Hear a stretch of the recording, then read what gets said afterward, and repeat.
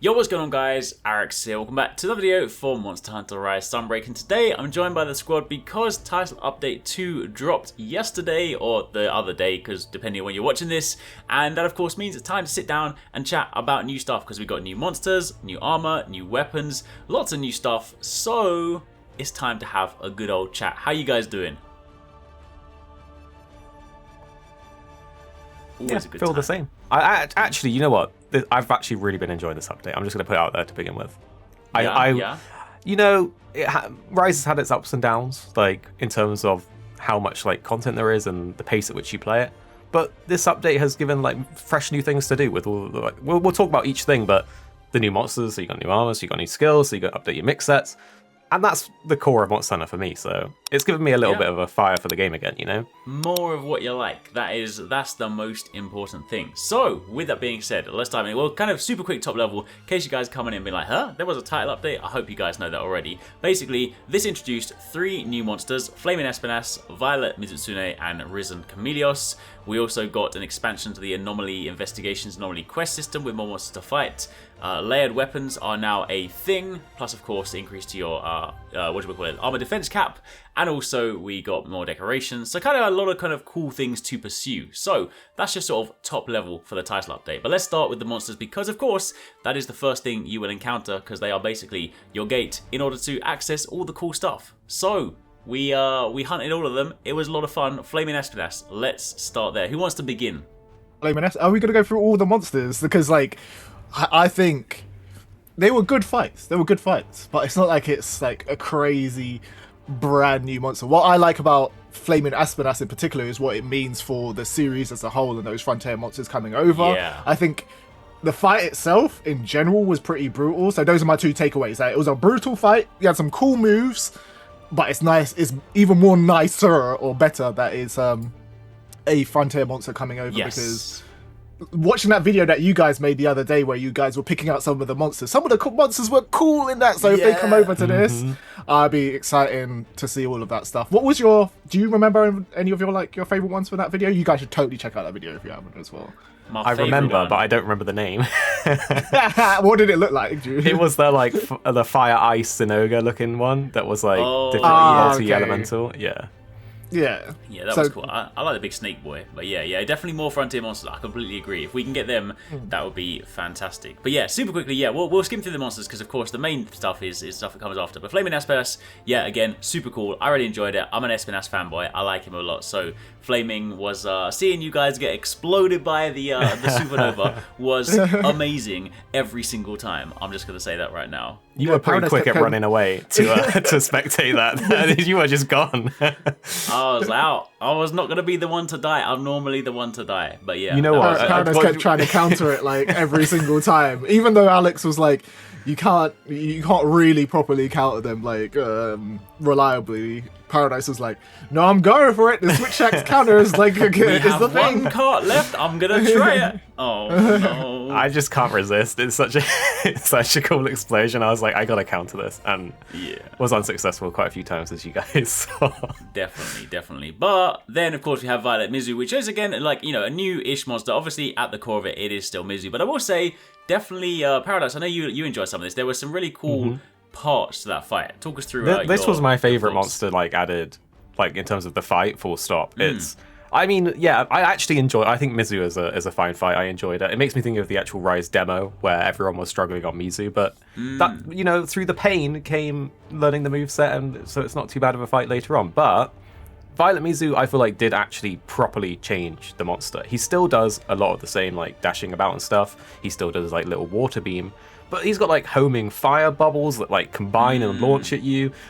He was doing actual explosions as well. So for me, it actually mixed the fight up a lot. And visually, I loved the way a lot of the new moves looked as well. And I just think it's a cool fight. It's my favorite out of the 3 for sure. Yeah. It was definitely was it. I'm not gonna lie, I'm a known Mizu hater, right? I'm the glamorous guy, right? So I went in already and I was like, it's basic, it looks kind of the same. It's not even that purple, it's like a little purple. But then when it just starts to do some stuff, I'm not gonna lie, it was kind of cool. It was moderately impressive for a Mizutsune. How about you, 26? The beam where he sends out like the fire and like water beam at the same time is like awesome. I've never really seen that too much in a game as well. So it's nice to see that combination of like fire and water, and I just like the presentation of it in general. It looks cool anyway, so I like it. Yeah. Definitely. I just want to reiterate, Arix is a Mizu hater, right? We love Mizu here. It's just Arix. Arix is just everybody knows it. I'm a Mizu hater, right? It's got to be done. Listen, right? Like Mizu was just like clearly saw Glavenus, thought, oh, he's got fire, he's kind of cool, trying to emulate it. Listen, right? You don't hold a candle to Glavenus. And on that bombshell, we're gonna move away before anyone can counter that argument. Let's talk about Risen Chameleos. This was an interesting one because obviously I like Chameleos. I think a lot of us find him kind of annoying to fight. Went into it, and at first we were trying to find the difference. We're like, it doesn't look that different. He looks kind of like a darker purple, but then of course he goes into the Risen state, which was kind of cool. I will say, it wasn't like groundbreakingly different. It wasn't like, oh my gosh, this is insane, or anything that was like, we did, get killed a couple of times, so obviously there was that, but it wasn't, arc temper difficulty or anything like that. So it was cool. I'm probably more interested to see maybe how they will apply this, assuming they're going to do this to more Elder Dragons in like future updates, how they will apply this to other monsters. But I would say the Chameleos one, it was cool. Obviously the armor set from it is the standout, but the fight itself, kind of fun, and obviously just some spectacle. But what about you guys? I don't particularly enjoy fighting Chameleos. I like the concept of a monster unit going invisible on paper, but when I actually get into the hunts, I don't find it super enjoyable. I don't know if anybody else out there feels like that, where it's like, I like the concept of an invisible monster, but every time he goes invisible, I'm like, oh, this is just annoying. Like, I can't like judge where he's going to be and stuff like that. Especially in multiplayer hunts. In solo, it's a bit easier because you kind of can guess where he's going to be and adapters in that way. But it wasn't necessarily, as you said, like a dramatic change in what it was, but it was nice that it has a mechanic of like that topple out of Risen state, and I always like a topple is super satisfying when you do get those. So yeah, definitely. Yeah, I agree. That was the standout thing. The Risen state when he goes red, then you damage him enough and he comes out of it. That was the spectacle and the fun bit. I will say my expectations were actually a little bit higher for the Risen like Elder Dragon. Obviously, like, it's a different thing, but I really enjoyed Valhazak in World. I just thought that, like, it's the ultimate, like, zombie dragon. So I kind of had... My expectations were a little out of whack for it, so I in retrospect, feel a little let down. But when I think of it, like, rationally, it's really what we should have expected. It's an Elder Dragon that's come back. They've given him a new, like, Enrage mode. He's a bit more tougher, a bit more stronger. And I'll take it because, like you say, that armor set, the skill on it, which we'll talk about soon, absolutely insane and brilliant. Absolutely. I will say, right, assuming that this is a trend, like, if they're going to be applying this to Elder Dragons, I'm just saying, I'm not looking forward to fighting Risen, Kushala, or Teostra, because I just hate fighting those anyway. So, like, giving them an extra angry state, can we just skip them and maybe just do, like, Risen... Magnamalo or Risen, like, I don't know, just something else, just not that one, please. But anyway, it's gonna be them first, It's gonna be them. It's definitely gonna be them. It's gonna be like the ultra annoying special. But anyway, with that being said, as we said, fights aside, that then led us to some new armor sets, which were fantastic. So we're gonna save the best till last in traditional fashion. So Flaming Espinas, firstly, visually, largely speaking, the same as regular Espinas, just orange and brown. The skill on this one, what do you guys think? You might have to remind me. Was it Intrepid Heart on that one? That was the one, yes. Yeah. I tested this one myself. I actually think it's a really cool, comfy skill. And I was so the way it works is you have a bar that you build up. The faster you hit, the more the bar fills. So I think it does favor faster hitting weapons. It then lets you firm an attack with highly reduced damage. It's sort of like chip damage at that point when you have it at level 2. And you do a little explosion as well when you get hit, which does, like, on the training dummy did 300, which is like, it's like cool. Respectable, it's okay. But it was making me think, there's going to be people out there that are going to get, like, last hits on monsters with this, and that's just kind of cool. Like, you just stand there and just take a hit and it just dies. And also I was thinking multiplayer hunts. What if, like, 3 people had this and then they all, like, rush to protect someone when they're about to faint or something and, like, tank the hit for them? There's, like, some cool things that I think could be done with it, but at its fundamentals, I think it is more of a comfy skill, which is why I'm a little let down that it isn't a decoration that you can just slot into any build you want, because you are restricted to using those pieces, Yeah. I guess it's kind of that's always their design decision, right? It's always like the set comes in first and they don't put in decorations because it forces you to use the set, which obviously is kind of cool. Like otherwise people would just be like, I'm not going to bother. And then I will say I do quite like how we see that as like the running theme is like every subsequent title update, like not always one for one, but generally speaking, previous skills then become decorations. So like we haven't quite got the last title update as decorations. I imagine that'll be like the next one. But I do quite like that sort of progression because sometimes they encourage you to use them. But yeah, that was definitely a super cool one. And then we had Violet Mizu, which of course had Embolden. What about this one? I haven't actually tested it. Why are you passing it to me? I haven't tested it. You tested all the ones. You tell me about it. I'll give you the rundown, and then I want your opinion. I'll give you the rundown. Because you play Lance, okay? So hear me out.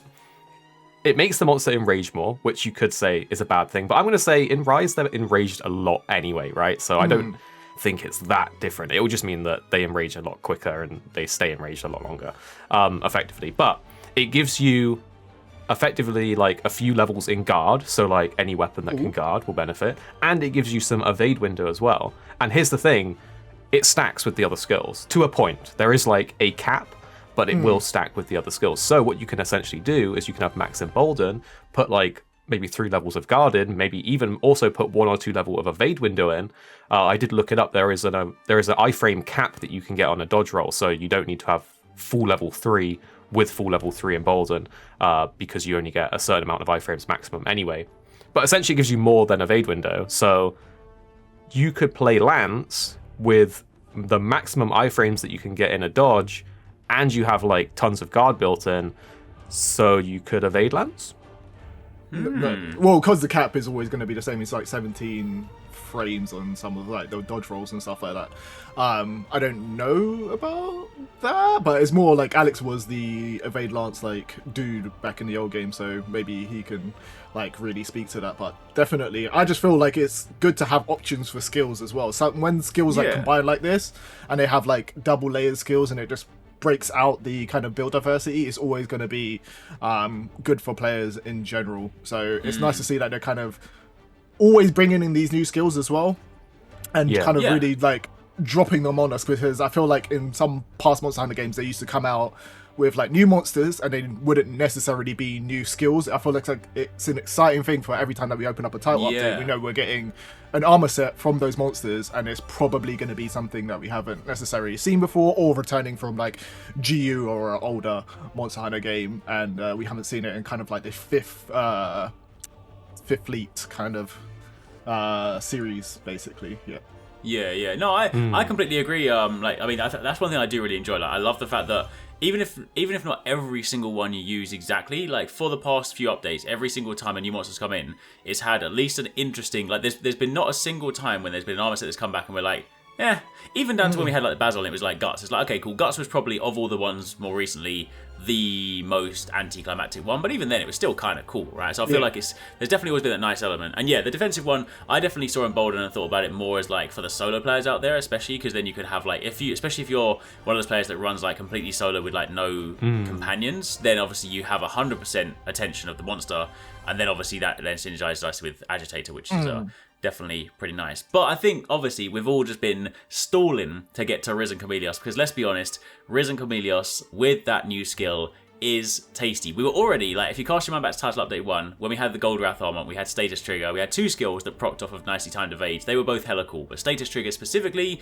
we all like statuses, and obviously that was just a super satisfying skill. You pull off a nice roll, and then of course every single hit is proccing that status, and now we have a skill that enhances that even further, which is redonkulous. Like, you literally, last time we had the potentially best status set, now we have the new best status set. Like, what's not to like, basically? This is just, I do like how these things are stacking together, and I like how obviously Capcom clearly designed it with the intention of combining these, because it's perfectly spaced so that the 3 Chameleos pieces fit with the other 2 golden Wrath pieces, and then you get all the skills. They haven't just done something stupid where it's like, haha, you're gonna have one. So they obviously intended you to combine these, and that much I love.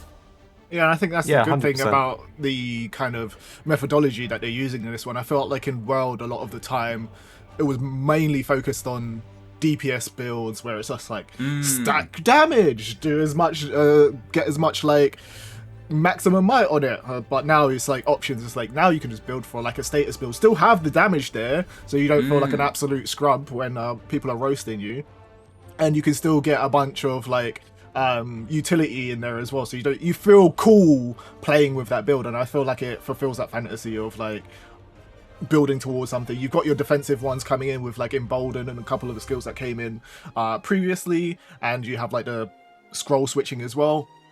And now you've got like the status kind of path as well going up as well with like foray and build up boost as well. I want to see how they build up on it in the next like title update whenever that drops as well, because I feel like there's always like a new skill that builds on top of one of the paths, which is really cool. Yeah, definitely. I love the name as well, build up boost. I like that. Boost. But I also think like I expected Build it to up do something with bust. status build up, because it's like build up boost. Here's a thought. I've actually just thought of this now, but if you're hitting like more on the status hits, does that mean that then obviously it has to proc to even get the bonus anyway, but because then you're hitting like 20% more, is that adding 20% more to the status build up of the hit, you know? So it is actually build up boosting it in that you're hitting higher, so you're applying more status? Anyway, I'm not entirely... more testing needed. But what's very interesting here is obviously status trigger synergizes so perfectly with this, so that you hit every hit with status, so then every hit gets the 20% bonus. And then that makes me think, well, we just talked about Embolden, that gives you like the invincibility frames on your dodge rolls, and you stack that with evade window. Then you add status trigger so that you're evade windowing easier to get maximum status procs. And then you add this, and it all like synergizes together like crazy, right? So I don't think you can get all of those skills in the same build to the max level, but I'm sure you could get like 1 or 2 points in each and just have like an amalgamation of everything that does still work together. So there's definitely a lot that's added into like the update that can change your mix sets and make new builds and try some new things out. And that's what it's all about. And also status is just fun. And when you get more damage to your status build, that just feels good because you're already being slightly like, you could say suboptimal by using like a status build instead of like maxing out everything raw as high as possible. So I think it's really nice that they're looking out for the status boys, you know? Yeah, definitely, 100%. And I hope that if the trend does continue of them like later on adding previous skills decorations, then if we can get Adrenaline Rush as a decoration in Title Update 3 and I can sneak that in, it's gonna be tasty. It's gonna be good. And speaking of that, on the decoration note, new decorations as well. It's always nice to see some more skills being worked into decorations. I mean, this one wasn't a new one, but I think I must have scrolled past it the other day. I got the nice level 4 decoration poison one, so I could just pop that in and get 3 points in poison. I love that. That wasn't a new one, but yeah, we got a few new ones, and of course also we got the new Rampage decoration, which obviously you have to go and unlock as well. If you guys haven't unlocked it, check out the video on how to do so. But what did you guys think of some of the new decorations? I'll just say Foray is a decoration, and Chain Crit, which is now Burst, but is still similar. Having those as decorations is pretty massive, to be honest. Foray was so annoying to fit into your build because you had to use certain pieces, and those pieces weren't that good before this update. Whereas now, not only do some of the pieces that you want have Foray on them anyway, but you can just slot the rest of it in as a decoration. So again, status builds have got it so nice in this. And the new Rampage duel, which again is on the channel, is quite an interesting one. I think it may very well be one of the most powerful, but it does have that condition of like being blood blighted, so it's a bit of a trade-off. But it's a really intriguing one nonetheless. Tasty, yeah, definitely. So, and of course, on top of that, we got more anomaly monsters, which of course, I mean, this one is much the same as, you know, what you expect, just more monsters to fight. Again, obviously the cap goes up, which is cool. I do, of course, like that they added some, like, the actual unlocks to sort of different tiers of things. So, of course, there is kind of a reason to pursue the anomaly stuff if you're enjoying it. So that was, you know, interesting, and of course, just more of what we like. But then, of course, the last thing I feel like we need to touch on briefly is the other thing that came with this update, was the paid DLC weapon skins. So let me just give you my 2 cents on this, because I appreciate people have been up in arms in this stuff. Now I understand, I want to start by saying that I completely understand where people's concerns are coming from with this thing. I share similar concerns for certain things. Like I think a lot of people, it's not specifically this one that they're worried about, they're more so worried about what this means. If this becomes a trend where it's like, in the future, because what we obviously see, you know, prior to these weapons, every title update, there would be some cool, like, armor skins or some cool emotes. Like, I don't care about emotes, I don't care about stickers, I don't care about voices or anything like that, because I just don't buy them, I don't use them, and like, let's be honest, it's not that important. Armor, for the most part, it's always in game. There's still a couple of armor sets that are on there, so they've already started to do that. But if it now becomes a thing where every single update there is a batch of paid weapons. Now, of course, you can buy them in a bundle. They're not hugely expensive, but they're also still not cheap, right? At the same time, I think the main concern here is that these are quite possibly the kind of coolest weapons we've seen because they have really unique animations. They've got sheath and unsheath animations, cool sort of visual effects, even the way they float. They are definitely cooler than anything you can possibly get in the game. So that separation is already potentially a slippery slope. Now, in its sort of in isolation, I'm not too fussed because I'm like, look, Capcom gives us so much free stuff. Like every single time we get the game, we get a bunch. Like literally every Monster Hunter game in the past has always had a year of free content historically, so they've always given us a bunch of free stuff. If they want to sell a few things on the side, I'm not too worried, provided, of course, it does stay in that realm. Like if it gets to the point where we get subpar stuff in-game and then the really cool stuff is on the shop, you can clearly see their motive, then, that's a bit slippery. I think, of course, also the other thing that makes it kind of worse is that we keep getting event quests, and like, if you've been playing Monster Hunter for a long time, back in the days, event quest armor always used to be so cool, like some of the coolest stuff in the game, and now we get event quests, and most of them it's like a title, or an emote, or a pose set. Like, I don't want to do it. Like, I don't even do the event quests if you get that, because I don't want that stuff. Like, unless I get an armor set or a weapon, event quests really aren't that exciting. So these are definitely things that would have been super cool. Like imagine the hype around the community if they were like, yo, the Lost Code stuff comes from this really nutty event quest. That would be amazing. But yeah, so I think that's where I'm at. Like I'm in isolation. I'm not too worried at the moment, but I am still marginally concerned as to what it could mean in the future. If this becomes the norm, then it's going to become a bigger issue. If it's like a one-off from time to time, I'm not really too fussed. That's basically where I'm at. I'm kind of indifferent at the moment, but I'm going to kind of cautiously watch this. Yeah, I think the biggest issue is the way that they've delivered it. They could have done it, softened the blow a little bit. It's always going to be bad to some people as soon as people hear like microtransactions in Monster Hunter.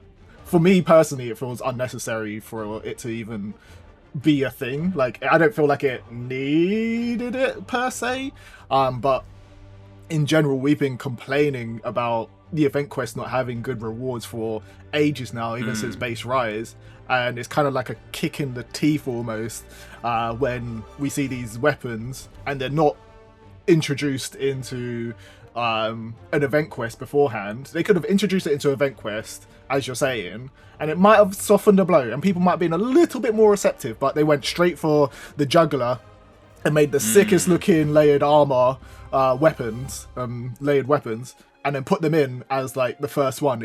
Even if they made it look even a little bit worse with a little bit more effort, and it was on par with what we get in game for some of the other stuff, we might have been like, okay, nobody really wants this. It's maybe fine. But they went, let's give them the best possible one because this is a paid layer weapon, and let's put it in, and it's not going to be an event quest, and we're going to give them titles in their event quest the week before, so it really feels sour.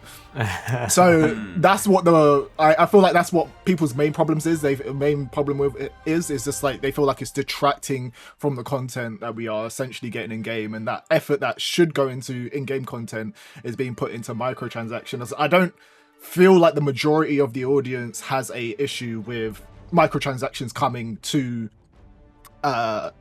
into Rise. I think it's just generally they want Capcom to make money, because I feel like they know Capcom has like earned our trust over the years. Like they've given, like you said, they've given us a bunch of free content over the years, and they've built up that kind of cadence, and the expansion model that they use for the game really kind of works in terms of satisfying the audience in terms of content that we get, right? We got used to that cycle. But now that they're kind of changing it and they've gone this way, it feels kind of like they didn't read the room with like what we expected if they are going to do this, basically. And you have to, with Monster Hunter in particular, I feel like when you're introducing it to a series for the first time, you have to take those steps and make sure like the audience is comfortable with it. But they're probably dipping their toes with like layered armor, and they thought one more step is layered weapons, and then it's okay. But yeah, I think there's a couple ways that they could have, kind of like you were saying, that they could have mitigated it, and people really wouldn't have minded if event quests up till this point were giving us like equal quality things, and then they released like this and you can't get it from an event quest. But last week we got this other cool layered armor set from an event quest. People just wouldn't be that bothered by it, but because it does feel like this may have meant to have been an event quest at one point, and instead it's been given the special touch and been added with a price tag, and you get a sticker set. It is a bit of a feels bad, but I do think, and this has just come to me, let me know in the comments if this is a good idea. If they introduced these layered weapons and they also added in an event quest or just gave you a ticket so that you get one of them for free, and then you can buy the other ones if you want to, maybe that would have been a bit more acceptable, because then it's you could pick your favorite weapon and get it, and there'll be people out there that will want it for every weapon and they'll buy it, and that will basically probably cover the costs. There's so many other ways that they could have gone about it to make it a bit more organic and natural Paradise, but they literally you can't earn them in game unless they make them look sick. So it's a bit of a. Or maybe what they should have done, the softer way would have been let you earn them in game and then sell a different color version. There are these kind of cool white versions. Maybe you do a stealth black version, which you then still could argue but the stealth black ones look even cooler. I want them, but maybe there's a middle ground basically, or I don't know, the ones you can buy have a red light or something. I don't know, just something, because if that was the case, if there was a black and red version that's on the shop and then I was able to earn it in game, I would still buy the black and red version, but then I would be it's not so bad because I can just earn it in game. I feel there needs to be a balance. But yeah, well, I think ultimately though, like we said, watch this space. If this is an isolated one-off thing, not so bad. If it suddenly is a sign of things to come, then we may have to revisit this discussion. Yeah, definitely. And we have more thoughts in a video already on the channel as well, and you can see them in that video, so you can kind of watch that and make up your mind on where you stand on it. But I think the main takeaway from all of us is that we don't want to see this going crazy in the future. This shouldn't be the norm, but if they handled it differently, like we were just talking about, it would just be a bit more acceptable and a bit nicer for the community. Yeah, as long as it doesn't 100%. Detract from the game, the game play and the actual game content, then I think the majority of people are going to be okay with it. Because that's basically what's been happening so far, and people weren't complaining as much as soon as it's it feels like they're taking away from something and putting a price tag on it. That's really been in uproar. 100%. But overall, that aside, we are really enjoying the Untitled update. Fantastic new monsters, fantastic new armor sets, new skills, lots of kind of cool, nice stuff.